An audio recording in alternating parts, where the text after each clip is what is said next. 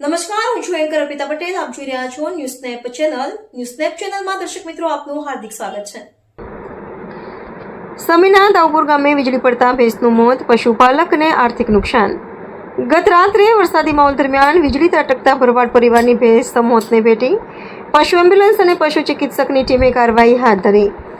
પાટણ જિલ્લાના સમી તાલુકાના દાઉપુર ગામમાં ગત રાત્રે વરસાદી માહોલ વચ્ચે વીજળી પડવાની દુર્ઘટનામાં એક ભેંસનું મોત નીપજતા પશુપાલક પરિવારને આર્થિક ફટકો પડ્યો છે.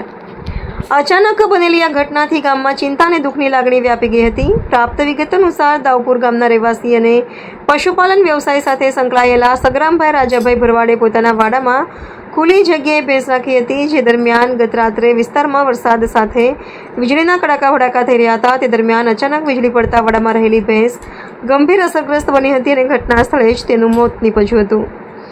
ઘટનાની જાણ થતાં સ્થાનિક ગ્રામજનો મોટી સંખ્યામાં સ્થળ પર દોડી આવ્યા હતા. પશુપાલક પરિવાર માટે આ ભેંસ આવકનું મહત્વનું સાધન હોવાથી આ ઘટનાથી તેમને નોંધપાત્ર આર્થિક નુકસાન થયું હોવાનું જાણવા મળ્યું છે. ઘટનાની જાણ થતાં પશુ એમ્બ્યુલન્સની ટીમ તાત્કાલિક સ્થળ પર પહોંચી હતી. ત્યારબાદ પશુ ચિકિત્સક ડૉક્ટર માનસીભાઈ ચૌધરી દ્વારા સ્થળ પર પહોંચી ભેંસનું પોસ્ટમોર્ટમ કરવામાં આવ્યું હતું અને જરૂરી કાર્યવાહી હાથ ધરવામાં આવી હતી.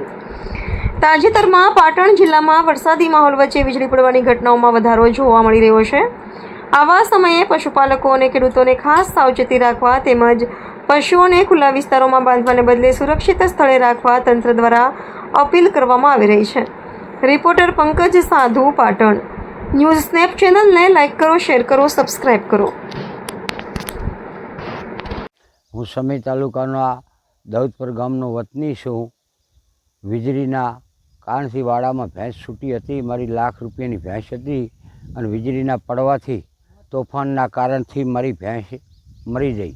તો સરકારને મારી વિનંતી છે હાથ જોડી કે મને વળતર આપે. રાતે વાયા જોરો આ વીજળી પડી ત્યારે રાતે વીજળી પડી. વીજળી પડવાથી મારી ભેંસ મરી ગઈ છે.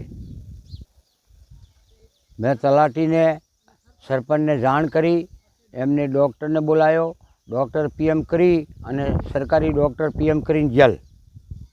મનસુખભાઈ ચૌધરી ડૉક્ટર પીએમ ભેંસનું કરી અને જ્યાં